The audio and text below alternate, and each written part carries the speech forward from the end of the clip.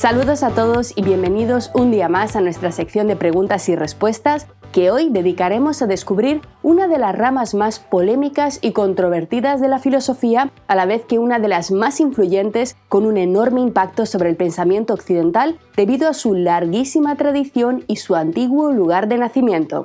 Me refiero a la filosofía de la mente. Pero, ¿por qué acabo de calificarla como una rama polémica? A primera vista, pocas cosas pueden resultar más interesantes y propiamente filosóficas que preguntarse por la naturaleza, capacidades y cualidades de algo de lo que aparentemente todos estamos dotados, que todos compartimos y, mucho más importante, que parece constituir el elemento central de la propia vivencia humana, la condición de posibilidad de la consciencia, el lugar donde habita nuestro yo, allí donde nos sentimos a nosotros mismos y al mundo, la mente. Sin embargo, este término, en apariencia de lo más cotidiano, ordinario y poco especial, oculta en sí mismo una enorme y compleja carga de significados formulados a lo largo de siglos de reflexión, en los que podemos además rastrear el desarrollo de la batalla milenaria entre las dos grandes facciones, entre las dos principales formas de comprender y explicar la filosofía, es decir, aquella batalla que opone a los que consideran que el único mundo que existe y las únicas realidades dotadas de verdadera entidad ontológica es el mundo de lo físico, el mundo de lo natural y material, y aquellos que postulan la existencia trascendente de un estado metafísico, inmaterial, espiritual, del cual formarían parte entidades inobservables e intangibles que, sin embargo, pueden influir sobre nuestro mundo físico. Por tanto, lo primero que hay que señalar a la hora de hablar de la filosofía de la mente es que es una rama de la metafísica. Y por ello se trata de una disciplina que ha sido rechazada y duramente criticada desde el punto de vista del empirismo, el materialismo y la filosofía de la ciencia. Numerosos pensadores, especialmente a partir de la modernidad, pero también antes, como veremos enseguida, han considerado literalmente que esta rama de la metafísica carece de sentido. ¿Por qué? Porque literalmente no hay nada, no existe verdaderamente nada a lo que podamos llamar mente. La palabra mente sería así para los empiristas un término vacío y carente de significado. Pero para comprender en profundidad estas críticas y la raíz de este importante debate que llega hasta nuestros días, debemos explorar primero el concepto de mente criticado por los modernos. Y para ello deberemos remontarnos a la primera aparición de esta noción en la historia de la filosofía occidental. Una mirada histórica que, como siempre, nos permitirá comprender mejor la evolución de este concepto y la razón de las críticas, al igual que el hecho de que hoy en día tanto la filosofía como las propias ciencias cognitivas estén redefiniendo el significado y el modo de consideración de la mente. Bien, pues lo primero que tenemos que tener en cuenta es que durante la mayor parte de la historia del pensamiento filosófico occidental, el nombre que ha recibido esta extraña cosa, que parece estar aquí dentro y que nos acompaña a todas partes, con la que reflexionamos, imaginamos, con la que nos comunicamos con el mundo, no ha sido llamada mente, sino alma. Efectivamente, aunque os pueda sorprender, los términos alma y mente son sinónimos, y ello nos da una pista de la enorme carga metafísica que se esconde agazapada detrás de este término. Pero, ¿cómo que alma? ¿Qué tiene que ver el alma con la mente? Hoy en día no parecen ser sinónimos en absoluto. Sin embargo, si echamos un vistazo al diccionario, veremos en nuestras palabras trazas de una larga y antigua historia que nos ayudará a comprender mejor el camino que estamos iniciando. Si buscamos el término mente en el diccionario de la RAE, nos encontraremos con esta sorprendente definición. Nos dice el diccionario que mente viene del latín mens mentis y que significa, atentos, potencia intelectual del alma. ¡Oh! ¡Qué sorpresa! Y como sinónimos de esta palabra, atentos aquí, nos propone entendimiento, pensamiento, intelecto, razón, inteligencia, pero lo más sorprendente es que el antónimo de alma, de mente, es cuerpo, según la RAE. Absolutamente espectacular, porque aquí encontramos nada más y nada menos que implícitamente expuesta una teoría filosófica, concretamente la teoría platónica del alma. Esta visión, que entiende la mente como una parte del alma contrapuesta al cuerpo, tiene un origen fácilmente rastreable en la historia occidental que nos lleva nada más y nada menos que al siglo IV antes de nuestra era, en concreto al diálogo Fedro, obra en la que Platón presentó una de sus más influyentes teorías, la teoría de la división tripartita del alma, que sería aceptada y asimilada durante siglos en Occidente. Según el filósofo ateniense, el ser humano es una criatura dual, es decir, está formado por dos naturalezas, por dos partes, por dos tipos de sustancias completamente diferentes. Por un lado, su cuerpo, material, corruptible, mutable y perecedero, destinado a ser disuelto por la muerte, y por el otro lado, su alma, inmortal, simple y única para cada individuo. ¿Os suena de algo? Bien, pues para Platón, en el alma habitan lo que nosotros entenderíamos hoy en día como las capacidades cognitivas del individuo, pero eso sí, según Platón, organizadas de forma jerárquica. En el Fedro, el alma está dividida en tres partes que realizan funciones diferentes. En primer lugar, encontramos el alma concupiscible, esta palabra rara que significa simplemente el alma sensitiva, que es la fuente de las pasiones, los apetitos y los deseos corporales. En segundo lugar, encontramos el alma irascible, fuente, según Platón, de las pasiones nobles, como el valor, el coraje y la fortaleza. Y finalmente encontramos el alma racional e inteligente, de naturaleza divina, según Platón, y situada en la zona del cerebro. Su virtud es la prudencia y la sabiduría. En este sentido, lo que nosotros llamamos mente, esa sede del yo, era parte del alma inmortal y eterna que, según Platón, se unía al cuerpo antes del nacimiento y lo abandonaba después para formar parte del mundo de las ideas tras la muerte.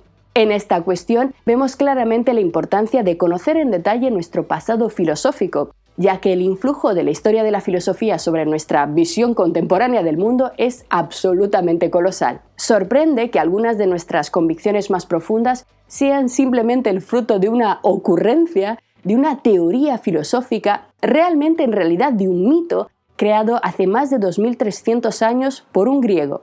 Y sorprende además no solamente el peso de la filosofía en nuestra visión actual del mundo, sino concretamente el puesto que ocupa en ella el propio nombre de Platón. Pues como estamos estudiando en nuestro nuevo curso, al que os invito a que le echéis un vistazo, abajo en la descripción os dejo el link a la lista de reproducción de sus clases, es el pensador más influyente de la historia del pensamiento occidental. Sus ideas han sido capaces de extender sus raíces de forma imperceptible a través de más de 2 milenios de cultura, permeando la religión, la ciencia, el arte de forma absolutamente indiscutible y logrando llegar hasta nuestros días, escondido tras las concepciones más cotidianas, más aparentemente neutrales que podamos imaginar. Muchas de las dudas que tenemos, muchos de los miedos y dificultades de comprensión de nuestra propia realidad presente se resuelven en algunas ocasiones descubriendo que simplemente estamos repitiendo las ideas de un pensador antiguo al que nadie nos ha enseñado a reconocer. Bien, pues como acabamos de comprobar, debido a Platón, la idea de mente no solamente se cargó de un significado referido a los procesos cognitivos que nos constituyen, sino que adquirió importantes rasgos metafísicos, como la inmortalidad, la inmaterialidad, la simplicidad y, sobre todo, su oposición radical al cuerpo que veíamos en el diccionario de la RAE. Con su metafísica, por tanto, Platón creó un problema con el que hoy en día los científicos y los neurólogos siguen lidiando: el célebre problema mente-cuerpo, que se refiere a las relaciones entre estas dos supuestamente diferentes entidades irreconciliables, radicalmente distintas. Pero si lo miramos un poco más de cerca, este problema solo es evidente en la medida en que hayamos asimilado la visión platónica del ser humano y del mundo, su célebre dualismo antropológico, si no, desaparece. De hecho, en tiempos de Platón, durante la etapa que comprende el desarrollo de la filosofía griega clásica, esta no fue ni mucho menos la única descripción del alma o del ser humano. Aristóteles, por ejemplo, el alumno predilecto de Platón, un pensador con una aguda mirada empírica, sostuvo que aquello que llamamos alma es simplemente la energía que anima el cuerpo de los seres vivos, que por supuesto no es algo separado ni inmortal, que no vive en el mundo de las ideas y que tras la muerte del individuo, esta alma también muere con él. Para Aristóteles no hay nada de metafísico ni trascendente en el alma, sino que con ello nos referimos simplemente a la capacidad del organismo de animarse, de estar animado en el sentido de poder moverse, desplazarse, comer, reproducirse, etc.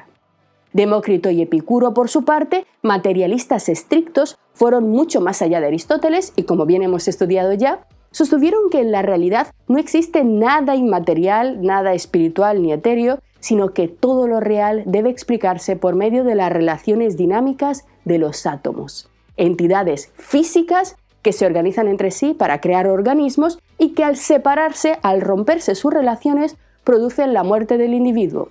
Antimetafísicos radicales que negaban completamente la existencia del alma.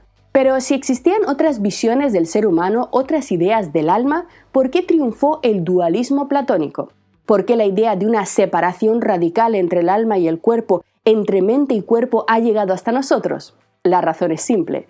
La filosofía platónica fue asimilada en la Europa medieval latina por el cristianismo, debido a que muchos de sus principios encajaban bastante bien con las doctrinas espirituales de esta religión. El platonismo encajaba mucho mejor que ninguna otra filosofía, y quien tiene el poder es quien impone su cosmovisión, por lo que durante siglos, literalmente durante casi 2 milenios, la cultura europea ha repetido, asimilado y repetido esta visión del mundo hasta llegar al punto de que para nosotros se ha convertido en algo casi evidente, algo casi de sentido común, esta idea de que el ser humano es una composición mixta de dos cosas diferentes. Sí, pero recordadlo, esto es solo cultura. Esto es solamente una construcción histórica que ni siquiera ha sido la única visión de la realidad que ha sido planteada, pero sí la más divulgada y la más defendida.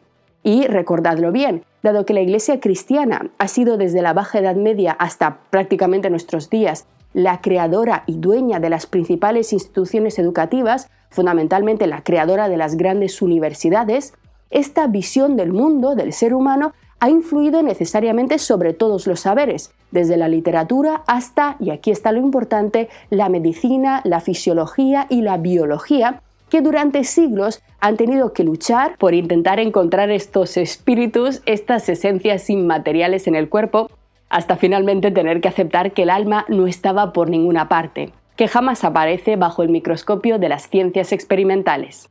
Sin embargo, la idea platónica del dualismo antropológico no se apagó con la Edad Media, sino que encontró su cenit precisamente en la modernidad, en la era de las grandes revoluciones científicas, de la mano de uno de los pensadores más importantes de la historia occidental, René Descartes, quien en sus meditaciones metafísicas, como bien recordáis, recuperó la idea del dualismo ontológico y la llevó a su expresión más radical, hablándonos de la existencia de dos realidades, la res cogitans, la mente, y la res extensa, el cuerpo, completamente distintas. Tal fue la convicción de Descartes de que en el cuerpo humano convivían estas dos naturalezas, que pasó gran parte de su vida intentando comprender cómo podía relacionarse algo material con algo inmaterial. Es decir, como la mente, situada más o menos en el cerebro según Descartes, pero completamente incorpórea, podía dar órdenes a los músculos materiales para que estos pudieran moverse. Tan desesperada fue su búsqueda y su empeño en validar esta idea, que terminó afirmando la existencia de un órgano específico en el cerebro humano donde se daba este mágico contacto entre el mundo metafísico y el mundo material, la célebre glándula pineal. Según Descartes, esta pequeña estructura morfológica situada hacia la mitad de la sustancia del cerebro, único órgano impar en el cuerpo humano, es el nexo de unión entre el alma y el cuerpo, el lugar en el que interaccionan la mente y los espíritus animales que a través de la sangre y los nervios relacionan la res cogitans con el cuerpo o res extensa. Hoy en día, sin embargo, sabemos, lamentablemente para Descartes, que la glándula pineal o epífisis no es nuestro puente al mundo metafísico, sino la responsable de la segregación de la hormona melatonina, que todos la conocemos porque es la que regula los ritmos vitales y los estados de sueño. Es decir, es la encargada de los ciclos que hacen que estemos despiertos de día y durmamos de noche. Por cierto, si queréis saber más acerca de las investigaciones de Descartes sobre la glándula pineal, en la descripción de este vídeo os he dejado un enlace a un interesantísimo artículo científico titulado Descartes y el cuerpo máquina, que os resultará absolutamente fascinante. Bien, pues fue precisamente durante la modernidad cuando comenzó a dejar de usarse tanto la palabra alma y empezó a popularizarse más el término mente, que es el que hoy en día usamos cotidianamente y que por ello hace que hayamos perdido la pista de su verdadero origen. Bien, pero en este periodo no solamente florecieron las teorías racionalistas metafísicas como la de Descartes, sino también en la propia modernidad nacieron los más feroces críticos a esta visión de la naturaleza humana que, inspirándose en el viejo empirismo materialista griego, desarrollaron críticas tan feroces y precisas que iniciaron lo que hoy en día conocemos como la muerte de la metafísica. Las explicaciones sobrenaturales comenzaron poco a poco a perder terreno en el ámbito de la ciencia europea, como por cierto nosotros ya hemos estudiado en detalle en nuestro curso sobre David Hume, uno de los más grandes e importantes críticos de la metafísica.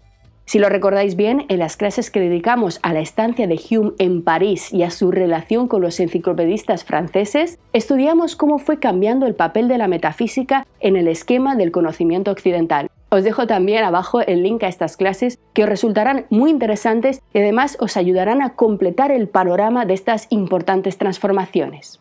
Si bien el materialismo y el empirismo empezaron a ganar fuerza durante la modernidad, la configuración del método científico fue bastante lenta y las consideraciones y estudios sobre la mente muy escasos, ya que, atentos aquí, frente a otros campos más inocuos, este afectaba a uno de los conceptos sagrados de la religión y podía acarrear por ello numerosos problemas a los que se atrevieran a poner en duda estas cuestiones. Y con problemas me refiero a que cuestionar las ideas relacionadas con la fe podía conducir, y frecuentemente lo hacía en la modernidad, a la muerte por ejecución. Así, la existencia de la mente como algo separado, distinguible, como una entidad aparte del cuerpo, fue rechazada con una argumentación impecable por David Hume y sus sucesores. Pero en el imaginario social, la existencia de una mente separada continuó viva, hasta llegar a nuestros días en los que seguimos usando esta palabra sin problemas. Tras las duras críticas de Hume y la llegada a la madurez de las ciencias experimentales, el estudio de la mente comenzó a cambiar, dando lugar a lo que hoy en día conocemos como las ciencias cognitivas, a las que por cierto nos dedicaremos a estudiar en el siguiente vídeo.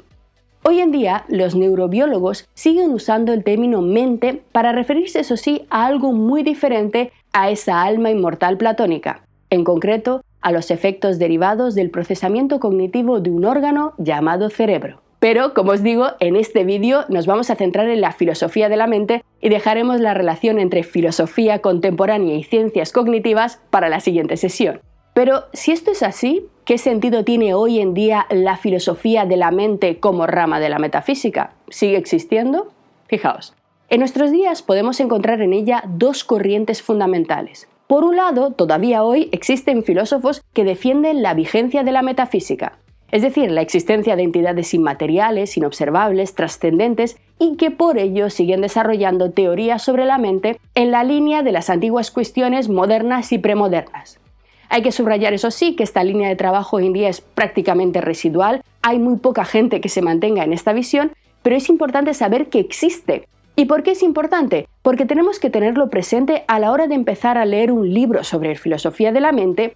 Tenemos que tener muy claro desde qué postura está hablando el autor del libro, porque no siempre se quiere dejar claro este background tan importante. Tenéis que saber si estáis ante un metafísico o ante un empirista. Hoy en día, sin embargo, bajo el título de Filosofía de la mente, comúnmente se imparten asignaturas en las diversas universidades que fundamentalmente abordan dos vertientes diferentes. Por un lado, en estas asignaturas se suele explicar historia de la filosofía, es decir, simplemente la historia del concepto mente desde los griegos hasta hoy, como yo os he intentado resumir brevemente en este vídeo. Y por el otro lado se analizan cuestiones contemporáneas propias de las ciencias cognitivas, de la neurociencia. Así que, aunque técnicamente la filosofía de la mente haya formado parte de la metafísica, hoy en día esta rama es por un lado básicamente historia y por el otro lado reflexión sobre las conclusiones contemporáneas derivadas de la ciencia. Bien, pues una vez aclarado todo esto, tenemos que decir además unas pocas palabras sobre cuáles son las principales preguntas, cuáles son las principales cuestiones que se ha planteado y ha intentado resolver la filosofía de la mente en su desarrollo clásico. ¿Qué es lo que vamos a encontrar en la mayoría de los autores que tratan este tipo de cuestiones? En primer lugar, nos vamos a encontrar con el llamado problema mente-cuerpo que descubríamos ya con la obra de Descartes. Esta rama de reflexión se pregunta, por ejemplo, cómo pueden los eventos mentales, como nuestros pensamientos y nuestras experiencias, estar relacionados con eventos físicos en el cerebro. Una de las respuestas a esta cuestión fue, como acabamos de ver, la glándula pineal cartesiana. El segundo problema, de origen también cartesiano, es el solipsismo, es decir, la pregunta de ¿cómo sabemos que somos algo más que una mente?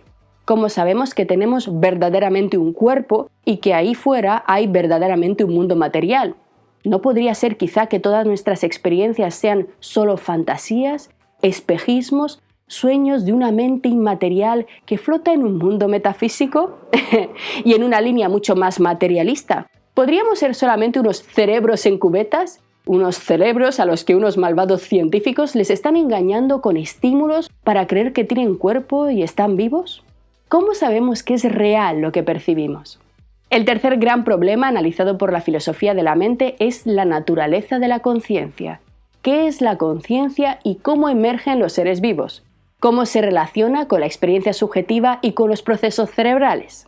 El cuarto problema es la explicación y diferencia entre las diversas funciones cognitivas de nuestra mente, es decir, cómo funciona la percepción, la memoria, la imaginación o el razonamiento lógico, en qué se diferencian y cuáles son sus mecanismos. Y finalmente, el último problema clásico derivado de los anteriores es el de la libertad o el libre albedrío. ¿Tenemos los seres humanos verdaderamente libre albedrío? ¿O nuestras acciones están más bien determinadas por procesos materiales, físicos preexistentes? Bien, y como siempre, antes de terminar, os voy a recomendar una serie de libros, una serie de lecturas para que podáis comenzar a bucear por vuestra parte en esta fascinante disciplina. Como suelo hacer siempre, me voy a limitar a recomendaros, eso sí, libros que estén actualmente disponibles en las librerías para que podáis comprarlos, porque hablaros de obras descatalogadas, inaccesibles o que estén solo en unas pocas bibliotecas universitarias, pues sería absurdo y no tendría ningún sentido práctico. También quiero subrayar aquí que igualmente, como siempre, todas las recomendaciones que vienen a continuación no son fruto de ningún patrocinio, de ningún tipo de anuncio publicitario. No he recibido nada ni de los autores, ni de las editoriales, ni de las librerías que venden estos libros, ¿de acuerdo? Esto quiero que quede claro. Se trata simplemente de recomendaciones que os hago a título personal y de forma completamente libre. Bien, pues en esta línea, el primer libro que os quiero recomendar es una muy breve pero muy interesante introducción a esta rama de la filosofía, editada por la editorial ACAL a cargo de José Hierro Pescador y titulada Filosofía de la mente y de la ciencia cognitiva. Se trata de un libro ideal para principiantes para iniciarse en esta rama de la filosofía porque realiza una muy buena compilación de las principales teorías históricas de las más importantes acerca de la mente. De todos los libros que os voy a recomendar hoy, creo que este sería el primero a por el que yo iría para empezar a estudiar estas cuestiones. El autor comienza con los orígenes de la filosofía de la mente en la modernidad, con la teoría del hombre dividido en Descartes, cuyos orígenes además rastrea, tal y como yo os comentaba al principio, hasta Grecia, analizando la visión platónica y aristotélica y los rastros de estas teorías filosóficas en nuestra visión contemporánea popular de la mente. Muy interesante. En el siguiente capítulo, por supuesto, el autor se centra en Descartes, ¿cómo no? Hemos hablado ya de su visión de la mente, que está de alguna forma casi en nuestro ADN, casi la confundimos con el sentido común y por ello tenemos que aprender a tomar distancia de ella. En este capítulo se analizan así las críticas de la visión cartesiana de la mente realizadas por autores tan importantes como David Hume, Daniel Dennett, muy importante, Richard Rorty o Ruhl. Un tercer capítulo está dedicado al propio David Hume, fijaos la importancia que tiene, y a sus capitales observaciones antimetafísicas sobre la mente, capital para comprender el derrumbe de la antigua visión del alma-mente. El autor continúa a continuación analizando el empirismo lógico y el fisicismo de Carnap, de Rudolf Carnap, el conductismo psicológico, el problema de la intencionalidad de Brentano y Quine. Dedica además dos interesantísimos capítulos a la inteligencia artificial y el enfoque funcionalista, un tema profundo y complejo que por supuesto va mucho más allá de un chatbot que pueda hacer imágenes de caniches, por supuesto. Analiza también el tema de la conciencia, de los qualia mentales. En fin, es un texto completísimo, un manual básico para tener siempre a mano que nos permite acercarnos a una idea general de los principales filósofos y corrientes que han reflexionado sobre las cuestiones que hemos visto hace un momento y empezar a estudiar a partir de ahí. Otra lectura interesante, algo más específica en este caso, que se centra en una de las propiedades más fascinantes de la mente, la imaginación, está editada por Gedisa, que por cierto es una excelente editorial de filosofía. Os podéis fiar casi siempre. Cada vez que encontréis un libro editado por Gedisa, podréis comprarlo porque publican estudios muy buenos. En este caso nos referimos a Realidad mental y mundos posibles de Jerome Brunner, libro en el que este célebre psicólogo y pedagogo desarrolló su célebre teoría del pensamiento narrativo. Según Brunner, las personas comprenden y dan sentido al mundo a través de la narración de historias. Esta perspectiva sostiene, por tanto, que las narrativas no son simplemente relatos de eventos, sino que también son estructuras cognitivas fundamentales que utilizamos para organizar, interpretar y recordar la información. Así, Brunner nos dice que los individuos, los seres humanos, no solamente usan historias para comunicarse, sino que también las utilizan para dar forma a sus pensamientos, entender su propia identidad y comprender el mundo que les rodea. ¡Ah! Los mitos platónicos, quizá. Muy interesante, muy buen libro. Y finalmente os voy a recomendar un libro maravilloso de un autor maravilloso, un pensador que además es uno de mis favoritos y que siempre hay que tener a mano. Me refiero al célebre neurocientífico y neurofisiólogo Premio Nobel en Medicina, Eric Kandel. Cualquier libro suyo, os lo voy diciendo, cualquiera que encontréis en las librerías, no dudéis en comprarlo porque sin duda será un placer para la lectura y además un verdadero océano de sabiduría. Hablaremos mucho más de sus investigaciones de forma más detenida en el próximo vídeo dedicado a la filosofía y a las ciencias cognitivas, pero no me puedo resistir recomendaros en este su maravilloso La Era del Inconsciente, una exploración del inconsciente en el arte, la mente y el cerebro. Desde una absolutamente impecable base científica y un conocimiento portentoso de la historia de la filosofía, Kandel nos lleva a la Viena del siglo XIX, donde comenzaron a emerger las vanguardias del arte, pero también de la ciencia y de la medicina, que cambiarían para siempre nuestra concepción de la mente. Se trata de un repaso maravilloso por la historia de esta disciplina, que con ilustraciones y una documentación magistral, Kandel nos lleva a través de un estudio de la relación de la mente con el arte. Por ejemplo, con un análisis entre la relación entre la percepción visual y la reacción emocional ante el arte, estudios sobre la respuesta visual del observador del arte, hasta, por ejemplo, investigaciones sobre la creatividad y la originalidad artística desde el punto de vista de las ciencias cognitivas. Absolutamente maravilloso, un libro precioso que nos lleva a entender los grandes cambios que dejaron atrás la vieja visión metafísica de la mente para llegar a la compleja y rica concepción científica que hoy en día los neurólogos siguen explorando y que conoceremos más de cerca en detalle en el próximo vídeo. Espero que os hayan gustado estas recomendaciones y nos vemos en la próxima sesión. ¡A leer!